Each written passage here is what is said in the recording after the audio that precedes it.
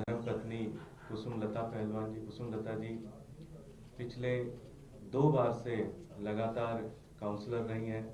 Bharatiya Janata party के विभिन्न पदों पर उनको जिम्मेदारी मिली है।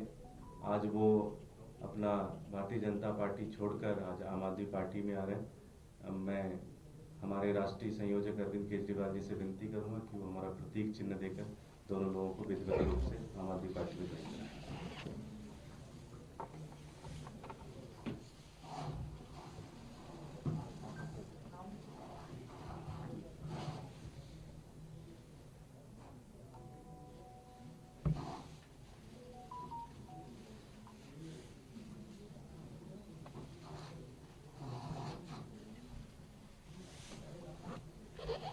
मैं कुसुमलता जी से विनती करूंगा 2 शब्द कहें।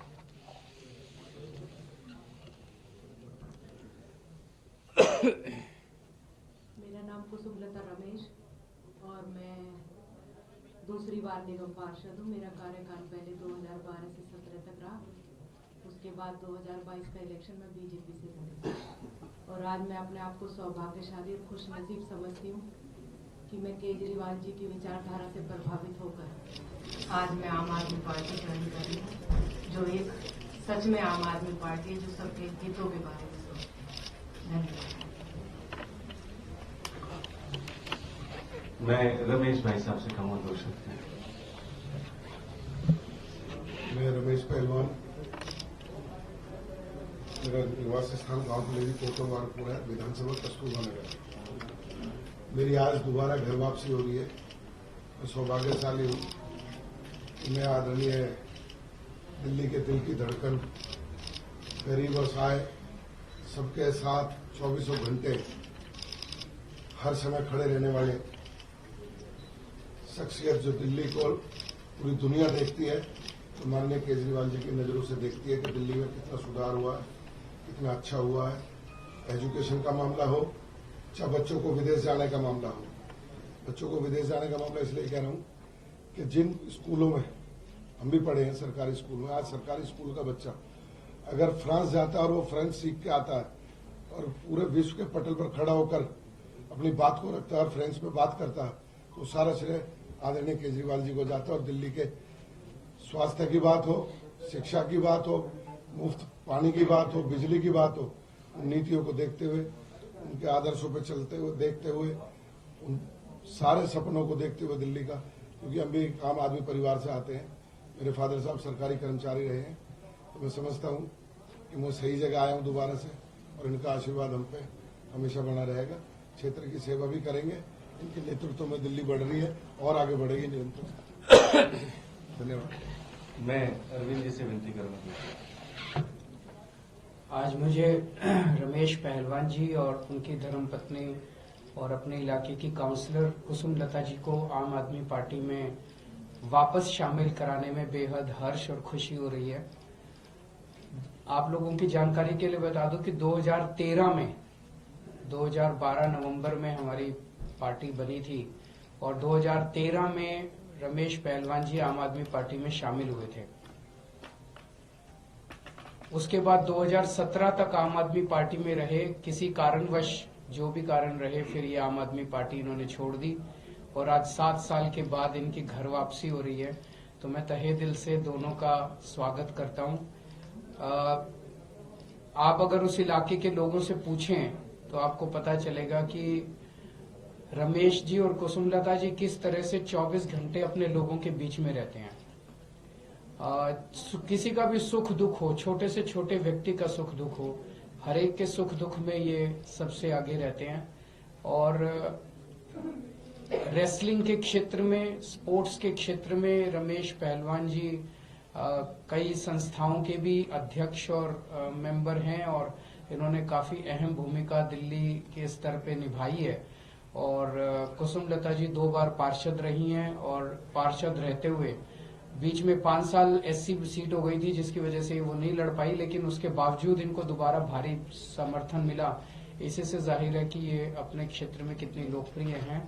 तो मैं इनका वापस स्वागत करता हूं और मुझे लगता है कि इनके आने से आम आदमी पार्टी को उस क्षेत्र में काफी मजबूती मिलेगी।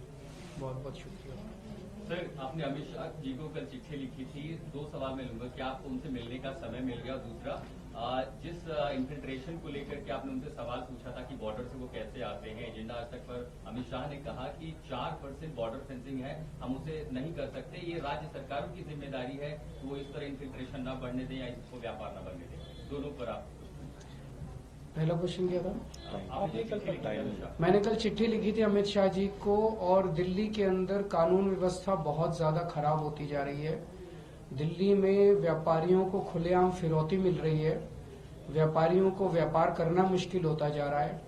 आप लोगों की जानकारी के लिए बता दूं, दिल्ली में औसतन डेली 17 बच्चे गायब हो रहे हैं, 17 बच्चे किडनैप हो रहे हैं, कोने कोने में नशा बिक रहा है, महिलाओं का घर से निकलना मुश्किल हो गया है, सड़क पे चलो तो फोन छीन के भाग जाते हैं। ऐसे में मैं उनसे मिलके उनके साथ चर्चा करना चाहता था, अपने सुझाव देना चाहता था, उनकी व्यूज जानना चाहता था कि दिल्ली को कैसे सुरक्षित किया जाए। अभी तक मुझे अपनी चिट्ठी का कोई जवाब नहीं मिला और ना ही उनसे मिलने का समय मिला है। दूसरा, आप जो कह रहे हैं, आपने ये कहा कि अमित शाह जी ने कहा है कि इंडो बांग्लादेश बॉर्डर की निगरानी करना राज्य सरकार की जिम्मेदारी है।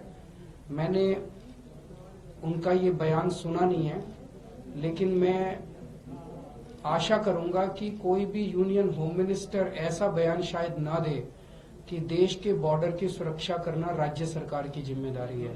4% बॉर्डर है, सबको फेंस नहीं किया जा सकता, तो राज्य सरकारों की जिम्मेदारी है कोई। मैं फिर से यही कह रहा हूं, आप ये कह रहे हैं कि उन्होंने ये कहा कि जो अनफेंस्ड बॉर्डर है उसकी सुरक्षा करने की जिम्मेदारी राज्य सरकार की है।